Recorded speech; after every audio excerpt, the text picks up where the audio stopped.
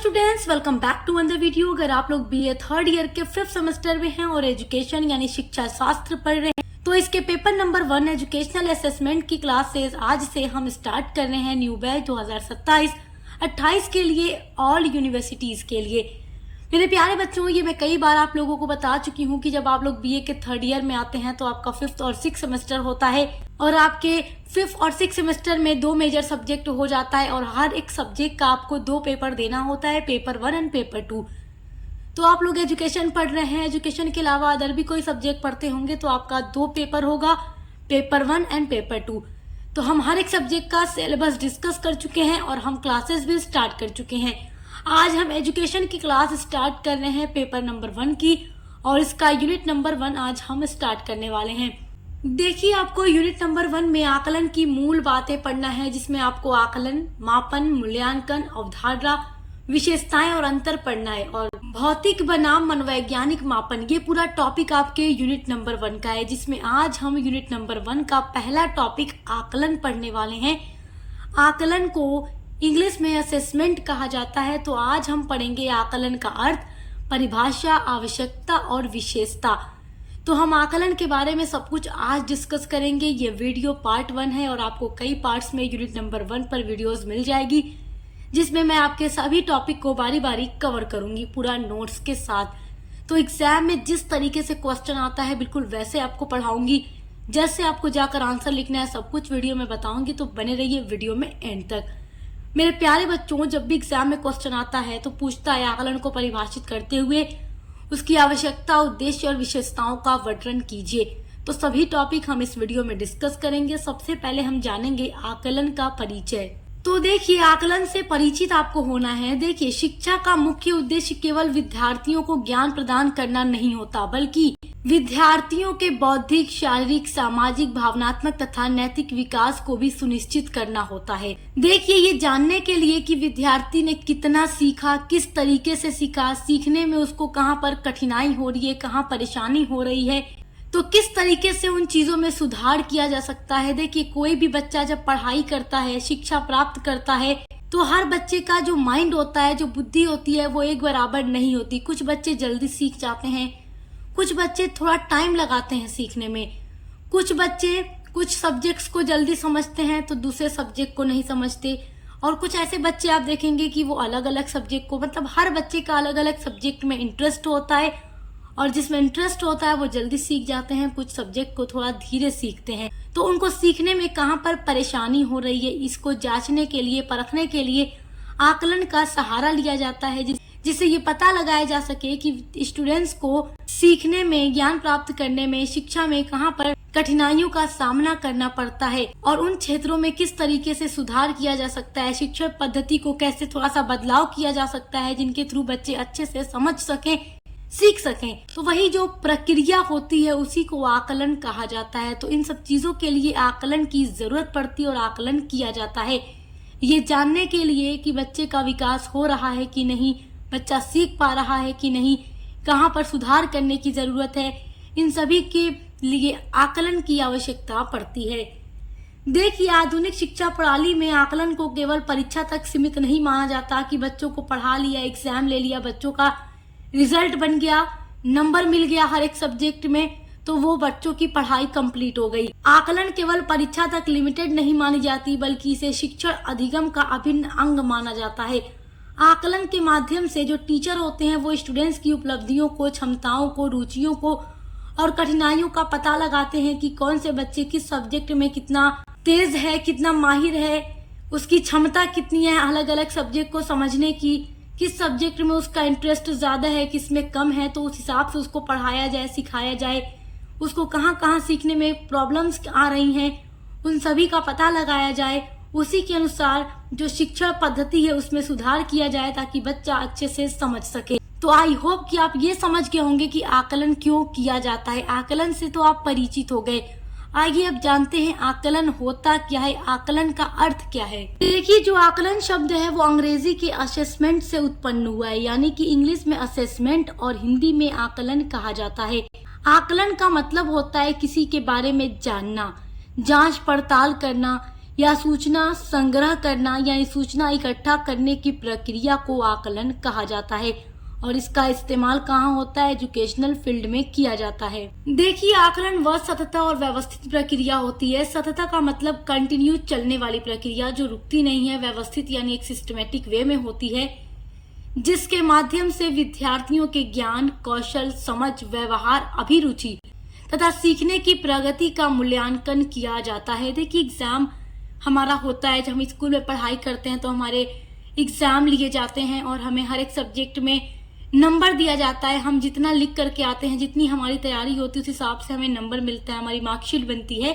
लेकिन कभी कभी केवल अंक के लिए नहीं बल्कि बच्चों का मूल्यांकन इसलिए किया जाता है कि वो हर एक चीज को किस तरीके से सीख रहा है। यहाँ पर अंक देना, नंबर देना उद्देश्य नहीं होता। देखिए, इसका उद्देश्य अंक देना नहीं होता बल्कि यह जानना होता है कि विद्यार्थी ने कितना सीखा, कैसे सीखा और उसे आगे कैसे बेहतर बनाया जा सकता है।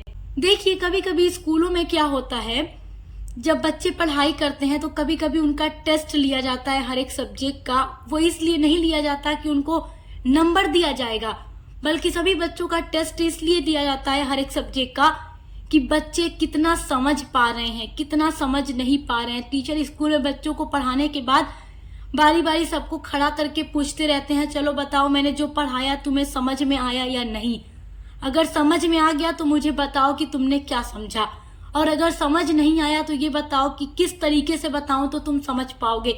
इस तरीके से टीचर कोशिश करते हैं बच्चों को मूल्यांकन करने की, जांचने की कि बच्चा सीख पा रहा है कि नहीं, कहाँ पर सीखने में, समझने में असमर्थ है, कहाँ पर वो परेशान हो जा रहा है। कभी कभी बच्चे कुछ टॉपिक समझ तो जाते हैं लेकिन कहीं कहीं पर थोड़ा थोड़ा सा कंफ्यूजन रह जाता है, डाउट रह जाता है।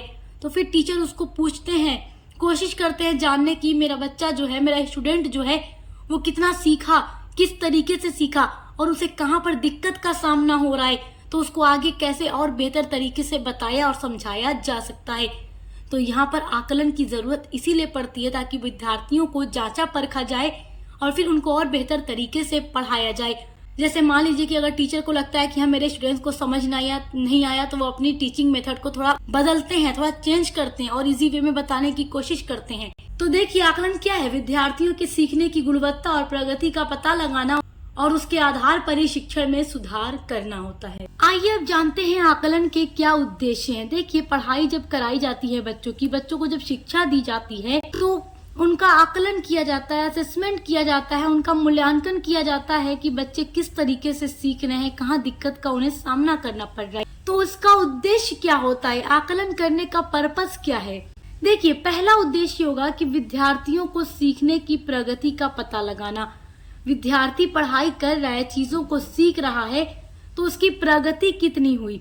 बहुत से छात्र ऐसे होते हैं जो जल्दी सीख कर आगे बढ़ जाते हैं, कुछ पीछे ही रह जाते हैं, उनको समझाने में, बताने में थोड़ा ज्यादा टाइम लगता है।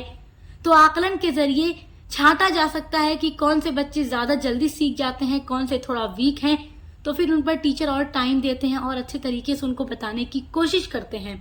तो इसलिए भी आकलन किया जाता है। और अगर आकलन न किया जाए और जो बच्चे सीख लिए वो तो आगे बढ़े, अब जिसने नहीं सीखा फिर उससे पूछा भी नहीं गया कि बताओ मेरे स्टूडेंट तुम्हें दिक्कत कहाँ आ रही है, फिर वो बेचारे तो सीख ही नहीं पाएंगे। तो इसीलिए तो आकलन किया जाता है ताकि उनको और अच्छे से समझाया जा सके। आकलन का दूसरा उद्देश्य है कि शैक्षिक उद्देश्यों की प्राप्ति का मूल्यांकन करना। मतलब कि जो चीजें पढ़ाई जा रही हैं उसकी जो प्राप्ति हो रही है उसका भी मूल्यांकन किया जाए, ये भी एक उद्देश्य है। तीसरा उद्देश्य है कि विद्यार्थियों की कठिनाइयों एवं कमजोरियों की पहचान करना कि किन किन सब्जेक्ट में उन्हें कठिनाई आ रही है, किन सब्जेक्ट में वो वीक हैं, कमजोर हैं, ताकि उनको अच्छे तरीके से पढ़ाया जा सके। और मान लीजिए कि स्कूल में कुछ टीचर पढ़ा रहे हैं और बच्चे उनसे नहीं समझ पा रहे हैं, तो फिर जो प्रिंसिपल होते हैं उन्हें लगता है कि हमें टीचर ही चेंज करना चाहिए, कोई नया टीचर रख के फिर उनसे कोशिश करवानी चाहिए। तो इस तरीके से टीचर का भी असेसमेंट हो जाता है और स्टूडेंट का भी असेसमेंट हो जाता है। फोर्थ उद्देश्य होगा प्रतिभाशाली विद्यार्थियों की पहचान करना। आप देखो, आकलन होगा तो जो प्रतिभाशाली यानी इंटेलिजेंट बच्चे होंगे उन्हें तो फौरन जान लिया जाएगा कि हाँ ये सीख लिए, इनका हमने टेस्ट लिया, इनका मूल्यांकन किया, ये तो समझ लो पास हो गए, हर चीज बता दी जैसे हमने चाही, जैसे हमने पढ़ाया था। लेकिन कुछ बच्चे नहीं बता पाए, कुछ पीछे रह गए, तो उनकी भी पहचान हो जाती है। तो इंटेलिजेंट बच्चों का भी पता लग जाता है, वीक बच्चों का भी पता लगता है, फिर वीक बच्चों पर और मेहनत करने की जरूरत होती है टीचर को। तो इस उद्देश्य से भी आकलन किया जाता है। आकलन का 5वां उद्देश्य है कि विद्यार्थियों को उचित मार्गदर्शन एवं परामर्श दिया जाता है। विद्यार्थियों को सही डायरेक्शन बताई जाती है, सही एडवाइस दी जाती है, जिनके थ्रू वो अपने भविष्य में बेहतर बन सकते हैं। 6वां उद्देश्य है विद्यार्थियों के सर्वांगीण विकास को बढ़ावा देना भी आकलन का उद्देश्य होता है, क्योंकि इसमें विद्यार्थियों को मानसिक, शारीरिक, नैतिक, सामाजिक हर रूप से विकसित किया जाता है। सर्वांगीण विकास का मतलब होता है ऑल राउंड डेवलपमेंट, यानी कि केवल शिक्षा के क्षेत्र में ही उनको नहीं बढ़ाना होता, उनका नैतिक विकास करना होता है, उनका सामाजिक विकास करना होता है कि वो समाज में भी अच्छे से रहें, शारीरिक विकास करना होता है कि उनका शरीर भी फिट हो, वो अपने शरीर के बारे में भी हर एक चीज़ जाने, एक्सरसाइज के बारे में जाने, किस तरीके से अपने आप को एकदम हेल्दी रखना है, फिट रखना है, उसके बारे में जाने। और मानसिक विकास यानी उनके मन का भी अच्छा विकास हो। आकलन का ये भी एक उद्देश्य होता है। तो आई होप कि आप समझ गए होंगे। ये सारे पॉइंट जो हैं आपके लिए इम्पोर्टेंट है, एग्जाम में आपको ऐसे ही लिख करके आना है, तभी आपको पूरा नंबर मिलेगा। आपका नेक्स्ट टॉपिक है आकलन की विशेषताएं। तो आइए जानते हैं आकलन की क्या क्या विशेषताएं हैं। मेरे प्यारे बच्चों, अगर आप अर्थ समझ जाते हैं किसी भी टॉपिक का, तो फिर चाहे उद्देश्य पूछे, विशेषता पूछे, आवश्यकता पूछे, आप लिख लेंगे। जब तक आप अर्थ नहीं समझेंगे तब तक आप आगे कोई भी टॉपिक को एग्जाम में लिख नहीं पाएंगे। इसलिए जब भी मैं वीडियोस अपलोड करती हूँ, उन वीडियोस को आप देखा करें, क्योंकि बहुत ही आसान तरीके से, आसान भाषा में मैं आपको पढ़ाने की कोशिश करती हूँ, इजी वे में, ताकि आप अच्छे से अपने सब्जेक्ट को सीख सकें। आकलन की विशेषताओं में पहली विशेषता है प्रत्येक छात्र को सीखने का मौका दिया जाता है। अगर आकलन ही न किया जाए तो जो बच्चे सीख कर समझ जाएंगे तो वो तो आगे बढ़ गए, अगर हमने जांचा परखा नहीं तो जो बच्चे नहीं सीखे वो पीछे ही छूट जाएंगे। तो फिर उन आकलन करके उन्हें फिर से सीखने का मौका दिया जाता है। इससे हर एक छात्र को सीखने का मौका, आगे बढ़ने का मौका मिलता है। तो ये आकलन की एक पहली विशेषता हो गई। दूसरी विशेषता है छात्रों की ज़रूरतों को पहचानना होता है कि किस सब्जेक्ट में ये वीक हैं, किस में फास्ट हैं, उनको कहाँ पर किस चीज़ की ज़रूरत है, उनको कहाँ पर नहीं समझ आया तो फिर से उनको समझाया जाए, बताया जाए हर एक सब्जेक्ट के बारे में, हर एक चीज़ के बारे में, चाहे वो शारीरिक हो, मानसिक हो, नैतिक हो, सामाजिक हो, हर एक टॉपिक के बारे में उन्हें बताया जाए ताकि उनका हर तरीके से विकास हो सके। तीसरी विशेषता है कि ये निश्चित योजना एवं वैज्ञानिक प्रक्रिया के अनुसार किया जाता है। देखिए, आकलन जो है किया तो जाता है, लेकिन ये एक निश्चित योजना के तहत किया जाता है। इसको करने से पहले इसकी एक निश्चित योजना बनाई जाती है और एक वैज्ञानिक प्रक्रिया के अनुसार ही आकलन किया जाता है। आकलन की चौथी विशेषता है कि शिक्षक एवं छात्र दोनों का स्व मूल्यांकन में सहायक होता है। यानी कि आकलन जब किया जाता है बच्चों का, छात्रों का, तो साथ ही साथ टीचर्स का भी आकलन हो जाता है। इससे पता चलता है कि किस तरीके से टीचर पढ़ा रहे हैं, सिखा रहे हैं, बता रहे हैं और छात्र किस तरीके से सीख रहे हैं। और अगर जरूरत पड़ती है तो टीचर को भी चेंज किया जाता है, तो इससे टीचर का भी मूल्यांकन हो जाता है। आकलन की पांचवी विशेषता है विद्यार्थी की प्रगति को पता लगाने में भी ये सहायक होता है कि विद्यार्थी किस तरीके से सीख रहा है।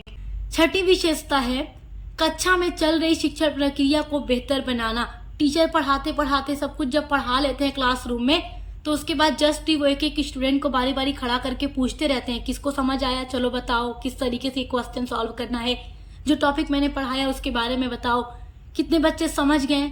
तो फिर उनसे भी पूछते हैं, जो नहीं समझे तो उनसे पूछते हैं कि कहाँ पर समझ नहीं आया, कहाँ पर डाउट है बताओ, ताकि मैं दोबारा समझा सकूं।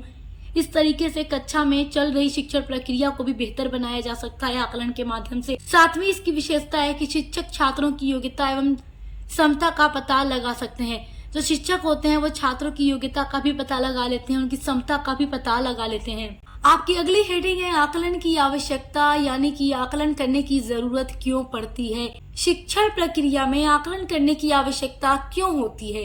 देखिए, आकलन आप समझ गए क्या होता है, इसकी विशेषता, उसका उद्देश्य आप समझ गए, तो उद्देश्य विशेषता पढ़ने के बाद आपको ये जरूर पता लग गया होगा कि आकलन की आवश्यकता क्यों पड़ती है। यहाँ पर बहुत अच्छे तरीके से पॉइंट में मैंने इसको लिखा हुआ है। इस तरीके से आप एग्जाम में लिख कर आएंगे तो आपको पूरा नंबर मिलेगा। तो चलिए देखते हैं आकलन की आवश्यकता क्यों पड़ती है।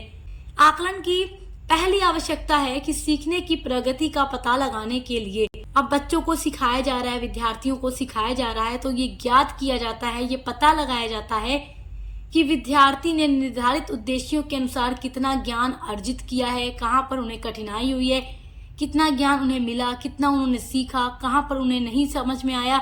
तो इन सब चीजों का पता लगाने के लिए आकलन की आवश्यकता पड़ती है। आकलन की दूसरी आवश्यकता है शिक्षण में सुधार के लिए, यानी जो टीचिंग मेथड होता है, जो टीचर पढ़ा रहे होते हैं, अगर आकलन किया जाए तो ये जरूर पता चल जाता है कि अगर हम टीचिंग मेथड को भी थोड़ा इम्प्रूव कर दें, सुधार कर दें, तो हो सकता है बच्चों को और अच्छे तरीके से समझ में आ जाए।